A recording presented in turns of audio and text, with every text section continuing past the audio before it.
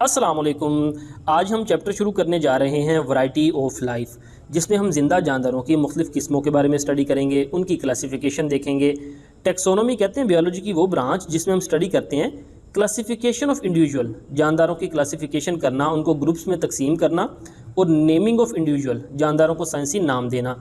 अब सवाल यह है कि नीड फॉर द क्लासिफिकेशन, जानदारों की क्लासिफिकेशन की ज़रूरत क्यों पेश आई। वो कह रहा है कि 1.5 million species of animals, animal की 1.5 मिलियन से ज़्यादा स्पीशीज़ हैं। इसी तरह 0.5 मिलियन से ज़्यादा पौधों की स्पीशीज़ हैं। और एक पर्सन के लिए ये पॉसिबल ही नहीं है कि वो इतने ज़्यादा जानवरों और पौधों को स्टडी कर सके। तो हम इनकी क्लासिफिकेशन करते हैं, ग्रुप बंदी करते हैं, ताकि इनको स्टडी करना, इनको समझना आसान हो। तो अब क्लासिफिकेशन की कोई भी बुनियाद हो सकती है। जैसा कि वो कह रहा है we can classify flowering plants according to their colour, height और एनी अदर सब्सटेंस। तो फ्लावरिंग प्लांट्स को आप कलर, हाइट या किसी दूसरे सब्सटेंस की बुनियाद पर क्लासीफाई कर सकते हैं, लेकिन ये क्लासिफिकेशन नॉट मीनिंगफुल, कोई इतनी फ्रूटफुल नहीं है, इसका कोई फ़ायदा नहीं है। क्यों? इसमें सिमिलैरिटीज़ और डिफरेंसेस ये बयान नहीं करती। फ्लावरिंग प्लांट्स के दरमियान सिमिलैरिटीज़ और डिफरेंसेस का जिक्र नहीं है इस क्लासिफिकेशन में। नेक्स्ट हम देखते हैं बेसिस ऑफ क्लासिफिकेशन, कि क्लासिफिकेशन की कौन सी बुनियादें हैं जिन पर जानदारों को समझना ज़्यादा आसान होता है। फाइलोजेनी कहते हैं all organisms are related to one another at some points in their evolutionary history, कि तमाम जानदार अपनी एवोल्यूशनरी हिस्ट्री में, इर्तिकाई हिस्ट्री में कहीं ना कहीं आपस में मिलते हैं। But some organisms are more closely related than others, लेकिन कुछ जानदार आपस में ज़्यादा मिलते हैं निस्बतन दूसरों के। For example, sparrows are more closely related to the pigeons, चिड़िया ज़्यादा कबूतर से मिलती है, but not related to the insects, निस्बतन कीड़ों के, यानी चिड़िया कीड़ों की निस्बत पिजन से ज़्यादा मिलती है। क्लासिफिकेशन इज़ बेस्ड ऑन, तो क्लासिफिकेशन की जो बुनियादें हो सकती हैं, एक है होमोलॉजीज़। होमोलॉजीज़ कहते हैं ऐसे स्ट्रक्चर जिनके फंक्शन तो डिफरेंट हों लेकिन स्ट्रक्चर सेम हो। मिसाल के तौर पर इंसान का हाथ जिसे हम पकड़ते हैं, बंदर का पाँव जिससे वो चलता है, वेल मछली के फ्लिपर जिससे वो तैरती है, चमगादड़ के पर जिससे वो उड़ती है, घोड़े के सुम जिससे वो दौड़ता है। अब ये तमाम चीज़ें जिसके मैंने नाम लिए हैं, इनका काम तो डिफरेंट है, फंक्शन डिफरेंट है, लेकिन उनके अंदर हड्डियों की तरतीब सेम है, हड्डियों का स्ट्रक्चर सेम है। तो उन स्ट्रक्चर को हम कहते हैं होमोलोगस स्ट्रक्चर। उस बुनियाद पर जानदारों को क्लासीफाई कर सकते हैं। कंपैरेटिव बायोकेमिस्ट्री, यानी बायोकेमिकल रिएक्शन जो जानदारों में सेम होती हैं, उनकी बुनियाद पर क्लासीफाई कर सकते हैं। साइटोलॉजी कहते हैं सेल्स की स्टडी को। जेनेटिक्स कहते हैं विरासत के इल्म की, विरासत की स्टडी को। जीन्स की इनहेरिटेंस की स्टडी को, जीन्स की अगली नस्ल में ट्रांसफ़र होने की स्टडी को। तो इस बुनियाद पर हम जानदारों को क्लासीफाई कर सकते हैं।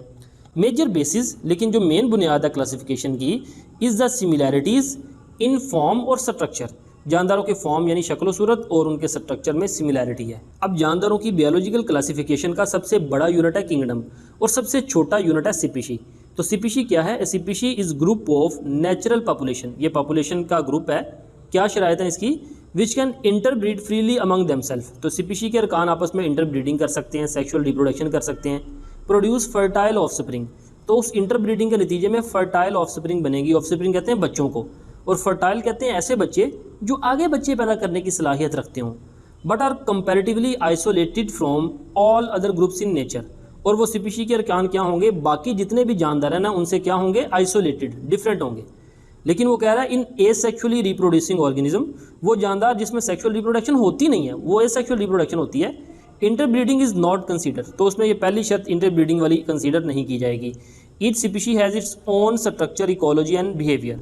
हर स्पीशी का अपना स्ट्रक्चर, अपना माहौल, अपनी इकोलॉजी होती है, और उसका अपना ही बिहेवियर होता है। Therefore species are independent evolutionary unit. Species independent unit है। Different species do not exchange genes between them, मुख्तलिफ स्पीशीज आपस में जीन्स का तबादला नहीं करती। अब बायोलॉजिकल क्लासिफिकेशन का सबसे बड़ा यूनिट है किंगडम, और तमाम जानदारों के 5 किंगडम हैं। किंगडम को मज़ीद तकसीम किया जाता है फाइलम में, फाइलम को क्लास में, क्लास को ऑर्डर, फैमिली, जीनस और स्पीशी। स्पीशी जो सा बायोलॉजिकल ऑर्गेनाइजेशन का सबसे छोटा यूनिट है। तो अभी हम कॉर्न, मकई, जिसका साइंसी नाम है जिया मेस, उसकी बायोलॉजिकल क्लासिफिकेशन देखते हैं। तो कॉर्न प्लांट का जो किंगडम है वो प्लांटी है।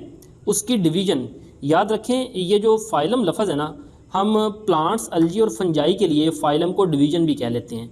किंगडम के बाद वैसे फाइलम होता है, लेकिन प्लांट्स, अलजी और फंजाई के लिए फाइलम को डिवीजन भी कह सकते हैं। तो कॉर्न की डिवीजन एंथोफाइटा है, जिसको हम ट्रेक्योफाइटा भी कहते हैं। Class angiospermae, order poales, family poaceae, genus zea, और स्पीशीज़ की क्या है? मेज़। अब ये जो छोटा यूनिट है ना, इसमें तमाम जानदारों की खसूसियात बहुत ज़्यादा मिलती होंगी।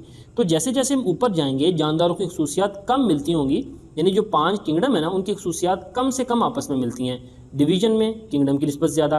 अब इस तरफ से भी डेफिनेशन आ सकती है, ऊपर की तरफ भी। जैसा कि किंगडम को डिवाइड किया जाता है फाइलम में, फाइलम को क्लास में। ऊपर की तरफ बात करें तो क्लोजली रिलेटेड स्पीशीज़ को हम जीनस, एक जीनस में रखते हैं, आपस में मिलते जुलते जीनस को फैमिली में, क्लोजली रिलेटेड फैमिलीज़ को ऑर्डर में, और क्लोजली रिलेटेड ऑर्डर को क्लास में। तो इसी तरह ऊपर की तरफ या नीचे की तरफ कोई भी MCQ इस बायोलॉजिकल क्लासिफिकेशन के हवाले से आ सकता है। तो ये था आज का लेक्चर, उम्मीद है आपको समझ आई होगी। मिलते हैं नेक्स्ट लेक्चर के साथ। अस्सलाम वालेकुम वरहमतुल्लाहि वबरकातुहू।